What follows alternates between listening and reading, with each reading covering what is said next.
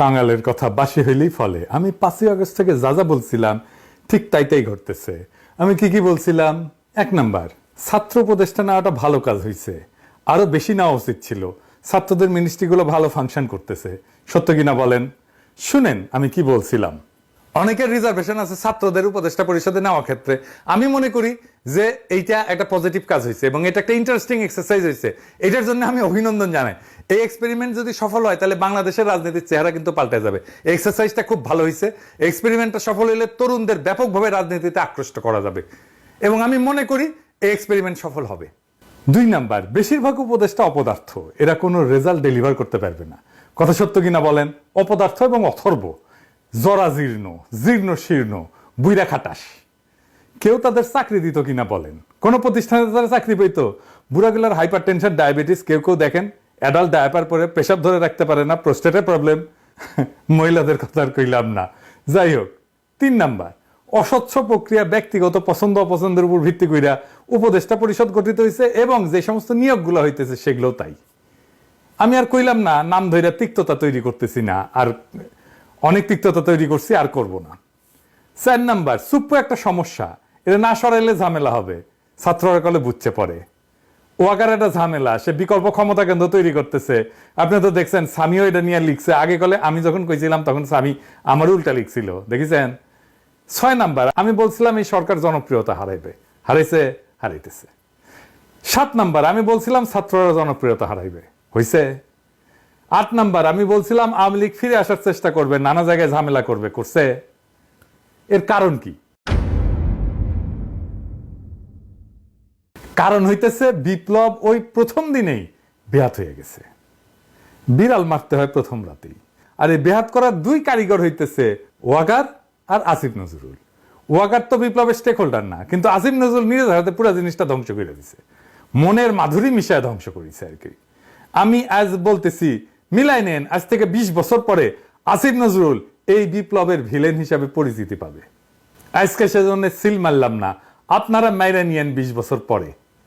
সিলটা সেদিনই মাইরেন। আসিফ নজরুল পুরা বিজয়টাকে বাঙ্গু এলিটদের হাতে তুলে দিছে, তার প্রিয় প্রথম আলো, ডেইলি স্টার এই গ্রুপের কাছে। তাই বশিরেরা উপদেষ্টা হয়, যারে daily star business person of the year পুরস্কার দেয়। ফারুকি, যারে নিয়ে প্রথম আলো কয়েকদিন আগে একটা বিশাল স্টোরি ফান্দে উপদেষ্টা হওয়ার আগে, এটা দেখানোর জন্য যে সে এই কালচারাল এরিয়া কন্ট্রোল করে। এখানে কালচারাল এরিয়ায় যারা শেঠ তারা সব তার ভাই বেড়াদার, এবং ভাই বেড়াদার বলে একটা গ্রুপ আছে, সেটা ফারুকির গ্রুপের, ওই সোভিয়াল গ্রুপের লোকজন যারা ফারুকির সাথে কাজ করেছিল, বুঝছাও? ফারুকিরা নিয়ে যখন চারিদিকে হাউকাউ লেগে গেছে, তখন ফারুকিরা অভিনন্দন জানায় কে কি কইতেছে তাই নিয়ে প্রথম আলো নিউজ করেছে, দেখেছাও? এত করবি তো, তোর নয়া বাল গজাইছে, আয়নায় তো দেখবই। কিন্তু ফারুকির নিয়োগ নিয়ে জনমানুষের মনে যে বিক্ষোভ, তার নিউজ দেখেছেন প্রথম আলো, ডেইলি স্টার? কোথাও দেখেন নাই। এইভাবে আপনার কণ্ঠস্বরকে সে নাই করে দেয়, চাইপা ধরে, বুঝছাও? এটাই হইতেছে প্রথম আলো, এটাই হইতেছে ডেইলি স্টার। তারিখটা দেখান ডেইলি এডিটর সাহেব। এবার দেখেছেন তো, বুঝেছেন তো যে ফারুকির এইটা, বশিরের এটা প্রথম আলো ডেইলি স্টার গ্রুপের একটা concerted effort, very meticulous plan, বুঝছাও? তারপরে কি হয়েছে? আরো একটা কাম হয়েছে। কামটা কি? গোলাম মুর্তজা ওয়াশিংটন আর আকবর হোসেন লন্ডনে স্পেস মিনিস্টার পদে যাইতেছে, নিয়োগ পাইছে 2 ডেইলি স্টার। এখন আমার ক্ষুদ্র ভাতার ভগিনীরা কইবে যে দাদার মাথাটা গেছে, সব জায়গায় খালি ডেইলি স্টার দেখেন। গোলাম মুর্তজা না হয় ডেইলি স্টার বুঝলাম, আকবর কেমনে ডেইলি স্টার? ওই তো বিবিসি, তাই না? আমার ক্ষুদ্র ভাতা এবং ভগিনীরা, ওরা যে এই পুকুরে সাঁতার কাটে না, আমি সেই পুকুরে সিল। এই যে দেখেন, বিবিসিতে যাওয়ার আগে ওই ডেইলি স্টারে ছিল আকবর, বুঝছাও? পশ্চিমে গরুর খামারে পাছায় ছাপ্পা দিয়ে দিত, গরুর মার্কার জন্য। বাঙ্গু এলিট হইতে এলে পাছায় ডেইলি স্টার আর প্রথম আলো ছাপ্পা থাকা জরুরি। আচ্ছা, এই এডিটর সাহেব, এরপর থেকে যত বাঙ্গু এলিট পাইবেন না, তার পাছার ছবি যদি পান, উটি সিল মারবেন একেবারে, ডেইলি স্টার প্রথম আলো। জাউরা সিল বাদ, এখন ডেইলি স্টার প্রথম আলো সিল মেরে দেবো পাছায়। আমাদের এই বিজয়ের ফল ভোগ করতেছে ডেইলি স্টারের সাংবাদিক, যেই ডেইলি স্টার ছাত্রদের দুষ্কৃতিকারী বলছিল আর তাদের নির্মূল করতে হাসিনাকে সাহায্য করবে বলছিল। এই যে দেখেন, মাহফুজা নাম নিজে লিখেছিল। সেই ডেইলি স্টারের সাংবাদিক ছাড়া আমাদের পররাষ্ট্র মন্ত্রণালয় সাংবাদিক খুঁজে পায় না। তবে অবশ্য সুপারিশ করেছিল নাহিদ, হাঙ্গেরের প্রিয় নাহিদ ছাত্রনেতা। এই মাহফুজা নাম 7 সেপ্টেম্বর প্রফেসর ইউনূসের সাথে সাক্ষাৎ করে বলছিল 3 বছর পর্যন্ত প্রফেসর ইউনূস সাক্ষাতের কথা সুপারিশ করেছিল। দেখেন, প্রগতিশীল বিএনপি তো ডেইলি স্টারকে হেভি সাপোর্ট দিতেছে, তো তারে ধরে না কেন? 3 বছর থাকার সার্টিফিকেট যে দিছিল তখন ধরবে না কলে? তখন ওদের সমস্ত পৌরুষ পতায়া যাবে। প্রগতিশীল বিএনপি, প্রগতিশীল তো ওদের সবসময় কলিকাতা হারবাল লাগে আর কি, বুঝছাও। এবার আসেন আসিফ নজরুল প্রসঙ্গে আর একটা বিষয় আসি। এটা মাঝে এটা আগেই ধর্ম ভাবিছিলাম, কিন্তু ওই যে জেনেভার যে ঝাড়ি খেয়েছে না, ওইটার জন্য একটু কয়েকদিন রিলিজ দিছিলাম। তবে আসিফ নজরুল কয়ে রাখি, ওইটার প্রতিশোধ করলে আমিই নিমু। ওইটা ওই যে আপনারা যেটা করেছিল না, ওটা প্রতিশোধ আমি নিমু, আমি। হ্যাঁ, প্ল্যানিং হচ্ছে। যাই হোক, ওইটা পরে আসিছি। তো যাই হোক, সে কইছে কি আমাদের নাকি ধৈর্য কম। শুনেন, কইছে ধৈর্য কম। একটা হলো আমাদের একটু ধৈর্যের অভাব আছে। আমি ফাহাম আব্দুল সালামের একটা অসাধারণ স্ট্যাটাস দেখলাম। তার স্ট্যাটাসে সে লিখেছে, দুঃসময়ে আমরা বছরের পর বছর অপেক্ষা করি, ধৈর্য ধরি। 16টা বছর এই দেশের 90% মানুষ ধৈর্য ধরে বসেছিল, কারোর মধ্যে যন্ত্রণা দেখি নাই, অনেকের মধ্যেই দেখি নাই।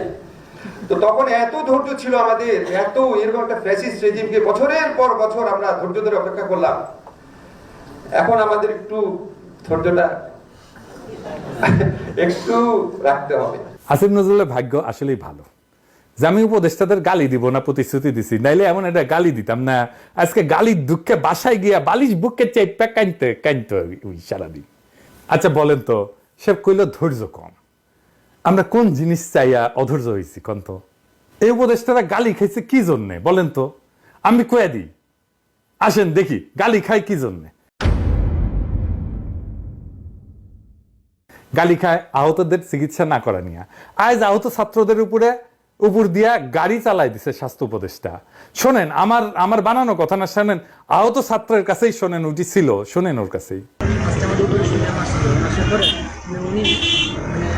রোগী দেখতে আসছিল, ওনার কথা ছিল মানে এখানে যারা বৈষম্যবিরোধী ছাত্র আন্দোলনের রোগী ছিল তাদেরকে প্রত্যেককে মানে দেখবেন, দেখে মানে তাদের চিকিৎসা যদি আরেকটু উন্নত মানের ভালো হয় তাহলে তাকে বাইরে পাঠানোর কথা বলা হবে।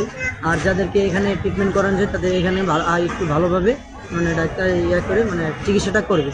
কিন্তু সেই ক্ষেত্রে মানে উনি আসার পরে উনি মানে আপনার 5 থেকে 6 জন রোগী দেখছে। রোগী দেখার পরে উনি চলে যাইতেছেন। আর মানে উনি আসছেন আপনার এই চারতলায় কেজল মানে চারতলায় আসছেন। চারতলায় আমাদের এই রোগী দেখতে আসছেন। 3 তলায় আমাদের বৈষম্যবিরোধী ছাত্র আন্দোলনের রোগী আসছিলেন, ওই ফ্লোরেও যাওয়া হয়নি। তারপরে আমরা চলে যেতেছি। তারপরে আমরা কয়েকজন মিলে নিচে নামছি মানে তার সাথে কথা বলার জন্য। ম্যাম আপনি আসছেন, আসার পরে আপনি 4-5 জন রোগী থেকে চলে যেতেছেন, তাহলে আমরা কি করছি? আমরা তো বৈষম্যবিরোধী ছাত্র আন্দোলন। আচ্ছা আমি আপনার দিন থেকে যে আমার হাত, এই হাতটা আমার এখনো মুভমেন্ট হয় না। আমার হাতে মানে এই ভিতরে যা মানে আঙ্গুলগুলো সব একবারে মানে ফুটে গেছে, ভিতরে হাড়গুলো মানে ভিতরে সব ফুটে গেছে। পরে মানে ওনার কাছে যাওয়ার পরে মানে উনি আমাদেরকে কোনো পাত্তা দিল না, উনি চলে গেছেন। তারপরে আমরা বাধ্য হয়ে ওনার গাড়ি আটকানোর চেষ্টা করছি।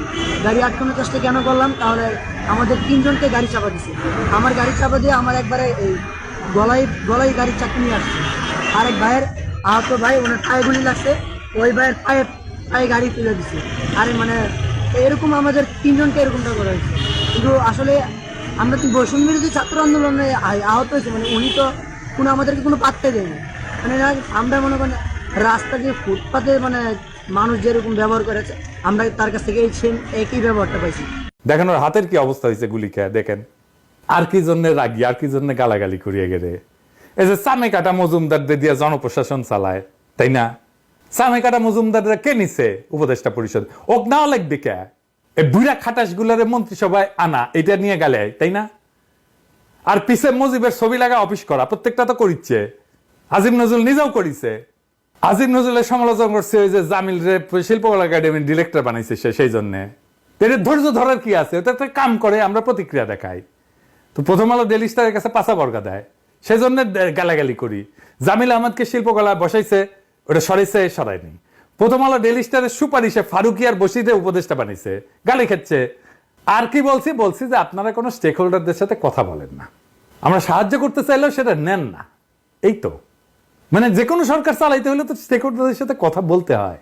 এটা শুধু অন্তর্বর্তীকালীন সরকার না, বা আমরা বিপ্লবের সাথে ছিলাম সেই জন্য না, যে কোনো সরকারকে স্টেক হোল্ডারদের সাথে কথা বলতে হয়। এটা সরকার চালানোর একটা বেসিক ফাংশন। আর কিছু নিয়ে বলছি, কই আমরা ধৈর্য হারা হইলাম?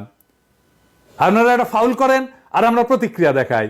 এখনই হাসিনা স্টাইল শিখে গেছে, দেখেছেন? আর ফার্ম আমাকে কইছে এক্সপেকটেশন কমাইতে হবে। আপনি একটার পর একটা গণবিরোধী সিদ্ধান্ত নেবেন, আর কিছু করা যাবে না। কি মজা! আবার দেখেন কি করছে, অভিযোগ করিচ্ছে হাসিনার দুঃশাসন নিয়ে কোনো কথা নাই সোশ্যাল মিডিয়াতে। শুনেন, আপনারা বিভিন্ন সামাজিক যোগাযোগ মাধ্যমে দেখবেন শেখ হাসিনার দুঃসময়, অত্যাচার, গণহত্যা নিয়ে কোনো কথা নাই। কথা হচ্ছে এই সরকারের উপদেষ্টা কি করছে, হাসনাত কি করছে, নাহিদ কি করছে, আসিফ নজরুল কি করছে, সারাটা সময় এটা নিয়ে ব্যস্ত। গালি না দিয়া থাকতে পারলাম না। সরকারে কি মিয়া আছে না? সোশ্যাল মিডিয়া দিয়ে তাকে থাকেন কে? রাষ্ট্রটা তো হাতে দিয়ে দিছি, এই রাষ্ট্রের রিসোর্স নিয়ে বৈশা আপনারা পাবেন, আর আমরা ঘরের খেয়া বনের মোস্তারে সোশ্যাল মিডিয়া আপনাকে কামলা খাটবো। তো মিয়া আপনাদের ধ্বজভঙ্গ তো বিয়া বসেছিলেন কেন? আমাদের দিকে তাকে থাকতে হয় কেন? আমরা তো 2 পয়সার ইউটিউবার আর ফেসবুকার, সোশ্যাল মিডিয়া লাগে কেন এখন? হইলে তো ডেইলি স্টার লাগে, প্রথম আলো লাগে, সুশীল লাগে, আর সোশ্যাল মিডিয়াতে তখন হাঙ্গারে লাগে না? বাহ কি মজা! হাতে তো আর্মি দিছি, পুলিশ দিছি, প্রশাসন দিছি, আন্তর্জাতিক ভাবে গ্রহণযোগ্য একটা নেতাও দিছি, হাসিনারে লাথি মেরে ভেগা পাছার নিচে তো শেয়ার দিছি নাকি? এক ডাকে হাজির হবে এরকম কয়েক লাখ আগুনের মতো পোলা পানো দিছি, তাও আপনার সোনা বাকি খারায় না কে? হ্যাঁ, প্রথম আলো ডেইলি স্টারের যে গোয়াতে দেন ওটা থেকে সার্ভিস নিতে পারেন না? এখন সোশ্যাল মিডিয়া লাগে, এখন ধনচিস্তাইছেন মিয়া। হ্যাঁ, কিন্তু ঠিকই দিবেন প্রথম আলো ডেইলি স্টারে। আরে বেটা নিজেরে জিগা কেন পাবলিক সে 5ই আগস্টের পর থেকে একটা দিনও ভরসা রাখতে পারছে না তোদের উপরে? সকালে এক দুশ্চিন্তা তো রাতে আর এক দুশ্চিন্তা। আমাদের কি করা উচিত? আমরা তো বছরের পর বছর এই ফ্যাসিবাদের নিপীড়নে নিষ্পেষিত হয়েছি, দেশ ছাড়া হয়েছি। আমাদের তো তোদের বাসায় নাকে তেল দিয়া ঘুমানোর কথা ছিল, অথচ বিজয়ের আনন্দটা পর্যন্ত আজ পর্যন্ত উপভোগ করতে পারলাম না। আমরা তো তোদের পাশেই ছিলাম, আছি তো এখনো। মাইরা কেইটা তামা কইরা ফেলার কথা না? আওয়ামী লীগ রে শিকড় শুদ্ধ ফ্যাসিবাদের বিষ বৃক্ষ উপরে ফেলার কথা না? তোর যা করা সেটা না কইরা রাত বিরাত ওই মতির দণ্ডে তেল মালিশ করতে যাস কে? দেশে কি যোগ্য লোকের আকাল পড়িছে কেন? তোদের বাইসা মতির ভাতারদের তুলে আনতে হইতেছে। কে চালাইতেছে তোদের? চালাইতেছে কে তোদের? এটা বলতে হবে তো। দুনিয়ার যত ঘাটের মরা, যত বুইরা কাটাস, সেগুলো তুলে আনতেছিস আর উপদেষ্টা বানাইতেছিস। তোকে দিয়ে কাম কি? আমাকে রে তোদের বসানো হইতেছে বালের চামড়া ছিলার জন্য, আর তোরা আসিস কেমনে 72-এর সংবিধান বানাও, মুক্তিযুদ্ধের চেতনা বানাবো, কোন ফাঁক দিয়া 7 রং ঢুকাবো, আবার কেমনে আবার 71-এর চেতনা ব্যবসা চালু করবি সেই তালে। হাসিনারে কাউন্ট করি নাই, মোদিরে গোনায় ধরি নাই, জান লড়াই যুদ্ধ করছি, দিন রাত মানি নাই, পরিবার মানি নাই, দেশ মানি নাই, চইলা গেছি, ছাইরা দিছি দেশ ছেড়া রিফিউজি হয়েছি। বাচ্চারা যখন কাতারে কাতারে জীবন দিছে না, তখনই নিজের জীবনটা দিয়ে দিছিলাম। এটা এক্সটেনশন লাইফ চলতেছে, জয় দিন চলে। জানের মায়া কলেন নাই আমার। আমি এখন জানতো মারা, আমার মতো এরকম প্রচুর জ্যান্ত মরা আছে, জীবন দিয়া দিতে এক মুহূর্ত ভাববো না। আমার মতো এরকম হাজারো পিনাকি আছে যারা বুকের ভিতরে আগুন জ্বালায় রাখছে।